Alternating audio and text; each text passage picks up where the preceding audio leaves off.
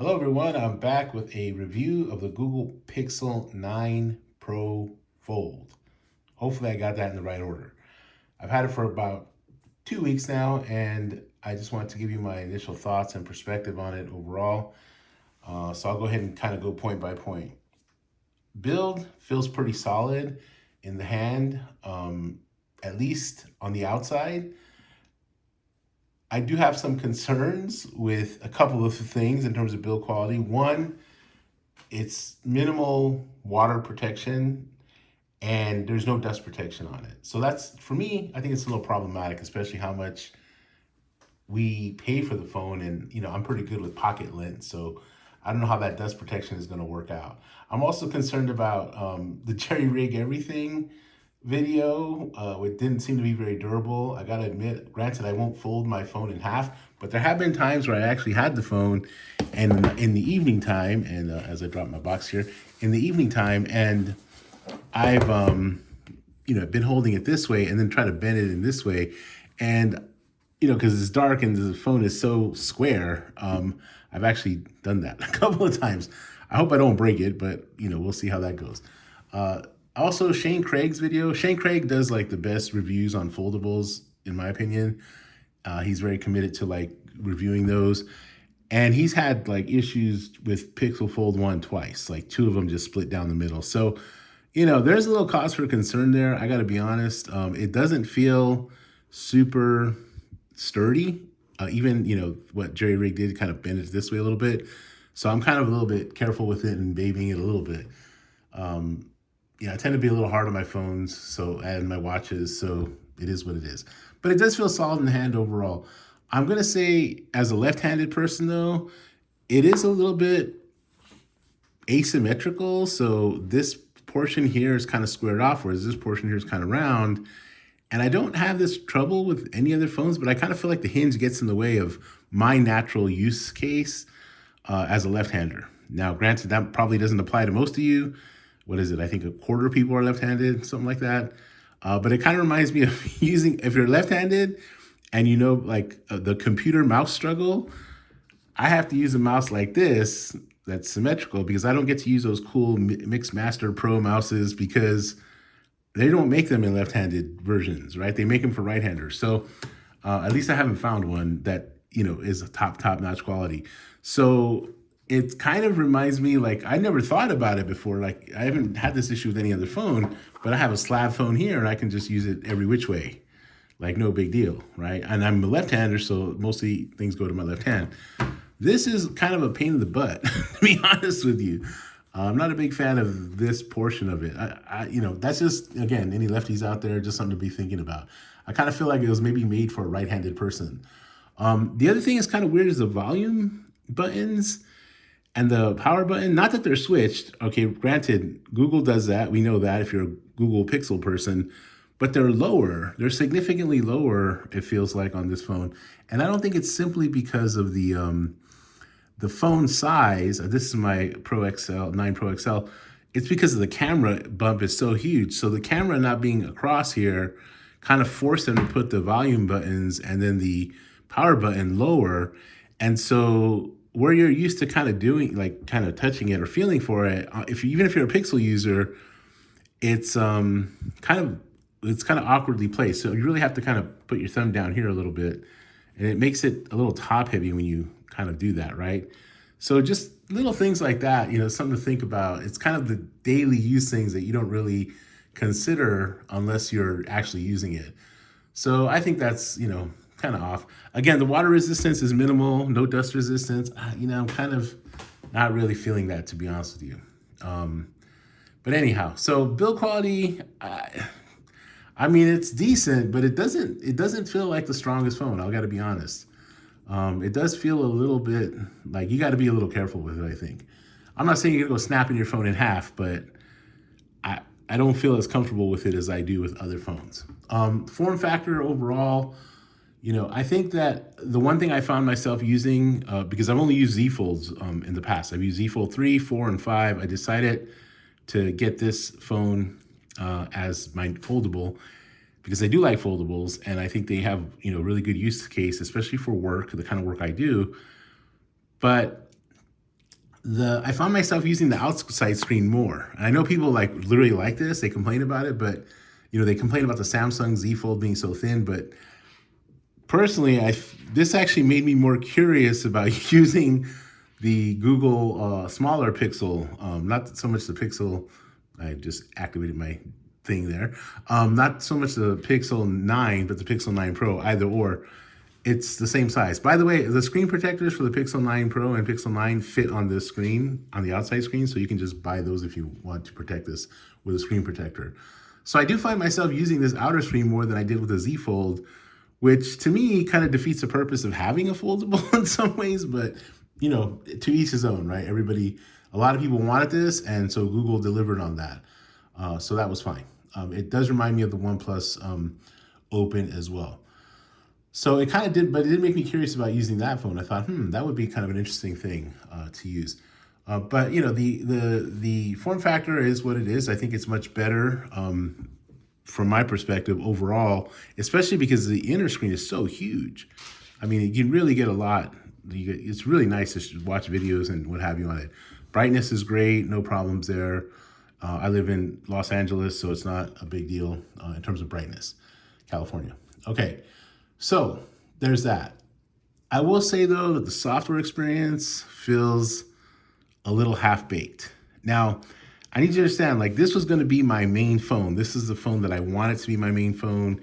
I was waiting for this phone. I didn't pick up the Z Fold 6 because I thought this was going to be it. And I was really looking forward to it. And I really, really want to like it a lot, especially for what you pay for it. But I got, the software just feels, it's just half-baked. That's all I can say. The Samsung software experience on the Z Fold honestly blows this away.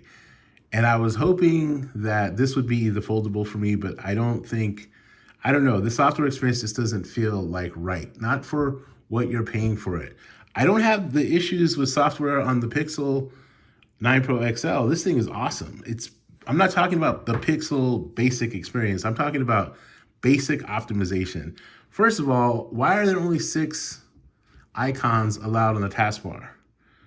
There's a whole row that can be used here. What's up with this right here?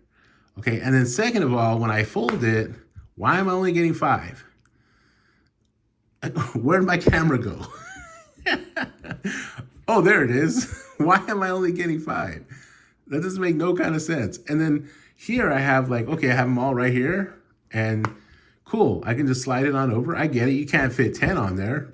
No problem with there, you just slide on over, it is what it is. Why can't I do that here on the bottom? What's that all about, right?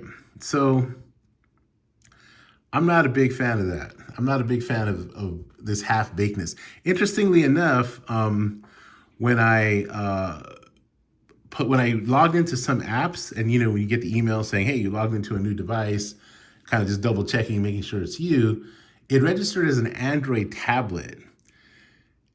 And to be honest, I think Samsung is kind of like saving Android tablets for the people that use them because they optimize the software. I kind of feel like it's the same situation here. Samsung's software experience on the Z Fold is something that was thought about in a really serious way. Whereas here, this kind of little nonsense right here, this is ridiculous for an $1,800 phone. It's inexcusable, to be honest with you. So there's that. And then some apps, I'll go ahead and pull up the apps I was going to show you. So throw that away here. So here's the video game I play, FC Mobile. Why am I only playing on half a screen? On the Z Fold, it's nice. I play on the full screen. I had the Z Fold 5. Why am I only playing on a half screen? And not only that, the gameplay itself, like the actual gameplay, the actual use of the controls are horrible. Like they don't even react properly sometimes. And I play on the 9 Pro XL just fine. It's no big deal. This is what I'm getting here. This is it. What the heck is this? Okay, so this is not cool. Even apps that are Google apps, okay, they got the bars, right? And that's sort of to be expected, but when you do the zoom out, why doesn't it just automatically get to a spot? Like with the Z Fold, you just kind of snap it and it snaps into place. Granted, you're going to lose some side and I get it, but here you just keep zooming all the way till wherever you want. Okay. Now, if I fold it and I go to the same video, right? Okay, zoom to fill, no problem on the outside screen because this is the Pixel 8 screen.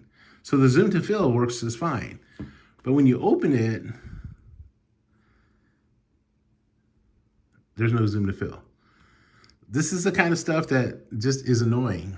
It's not cool on an $1,800 device, okay? It's just not. Now, I didn't pay that for this. I did, through Spectrum, they had an automatic $450 off and plus $100 if you traded something in.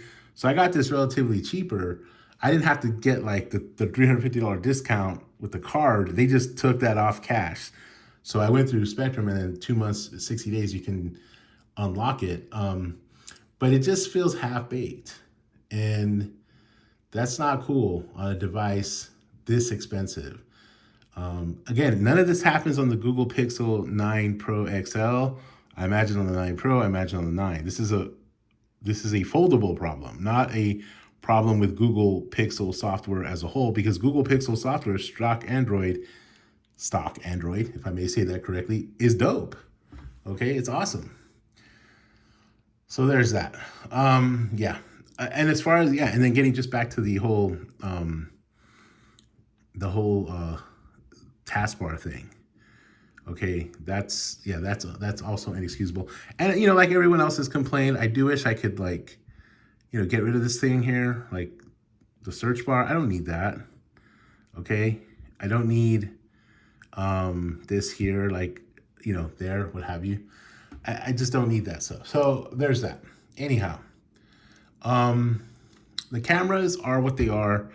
As many people complain about foldables, they aren't on par with the better phone. So Z Fold 6 cameras are not on par with the S24 Ultra, as they should be, because you're paying that much money. Same here. I will say the cameras are still pretty good here, but they are what they are. So just know that if you're not really a video and photo person, you want basic photos, basic video, this will do the job. But as many other reviewers have said, it's unacceptable that you have second-rate cameras on a first-rate priced phone. That doesn't work. The performance, I don't really think it's an issue. The Tensor chip is fine for doing stuff and basic tasks. I mean, what are we doing on our phones, right? I mean, maybe some of you edit video. Okay, fine. I haven't really noticed it heat up much at all, except maybe when it's in my pocket and I'm listening to a video or podcast. It might heat up a little bit, but I haven't had any issues with it in terms of that. It's pretty good. The battery life has been pretty good overall. I say it's definitely, for a foldable, I think that it's actually, 5 to 6 hours of screen on time. It's pretty impressive. I'm not expecting S24 Ultra, Google Pixel 9 Pro XL, iPhone 15 Pro Max, I guess 16 Pro Max now. I'm not expecting that kind of battery life on, this big, huge screen, especially with a smaller battery. But given that it has a smaller battery than the Pixel 9 Pro and Pixel 9, I think, it's actually pretty good for driving a screen this big. So I'll take it, 5, 6 hours of screen on time. It's fine. It does charge slowly, as people have complained about, but I always usually charge overnight. The first few days, and I think it's also learning your usage patterns. So the first few days, I had a top off around 4 or 5 o'clock. But the last, after the first few days, it doesn't really need to be topped off. I can go to 8, 9, and by then, I don't need I'm not using my phone that much. So, and even today, I'm at 49%. I didn't use it quite as much as I have other days as I was testing it more heavily. But that's pretty good, 49%, for what I have. So, it's good. The battery life, I would say, for a foldable this large, I'm not complaining about it, especially given how small the battery is, and what have you. So there's that part of it. Yeah. So what's the overall verdict? Man, as much as I really wanted to like this phone, again, my intent was to make this my main phone. But I can't in good conscience recommend somebody paying $1,800 for this phone or even $1,500 for this phone when you can get this phone, the Google Pixel 9 Pro XL, especially with the trade-in offers right now still that are still active, for way cheaper. I mean, for a third of the price, right? Half price. Even if you pay full price, there's no $600 difference here, $700 difference here. It's just not. It's the same issue with the Z Fold 6. The best phone Samsung makes is the S24 Ultra. The best phone Google makes is a Pixel 9 Pro or 9 Pro XL, depending upon what size you want, right? There's no difference other than the size. This is the most expensive phone they make, but it's not the best phone they make. And that's the same issue with Samsung and the Z Fold, right? Now, if the foldable is your thing, based on software, so based on like the overall value, I got to go with the Pixel 9 Pro XL, Pixel 9 Pro, especially with the cameras, especially if you're a camera person. If it's foldables and you really want a foldable, I mean, I prefer stock Android, but I got to give it to the Z Fold 6 because of the software experience and because of the S Pen. Now, I know that S Pen sucks because it's not into the device as it should be, like it is on the S24 Ultra, but having a screen like this, it just kind of, you want to be more productive on it. This is supposed to be a productivity device, right? And, if you're just getting it for the screen, what I would recommend is getting a 9 Pro XL and then getting yourself a small tablet. And you'll have your screen to walk around the house with or whatever, and you'll have your 9 Pro XL, if you want the Google stock experience, to have as your daily driver with awesome battery life and better cameras. So I just, unless you have money to burn and money's not a thing, then I would say, I would probably opt for the Z Fold 6 if it was a foldable, and if that you really want that. And I would probably opt for the Pixel 9 Pro XL if you want a Google Pixel phone, or 9 Pro, whichever size you want. There's no dust resistance here, minimal water resistance. You at least get that with the Samsung. Customer support, if you're near a Samsung store or a Google store, I mean, those are kind of evened out. I think there may be more Samsung stores. I'm not really sure. But I think, yeah, there's definitely one near, where I live. I think they're making one, a Google store. But, customer service, they're both pretty even, to be honest with you.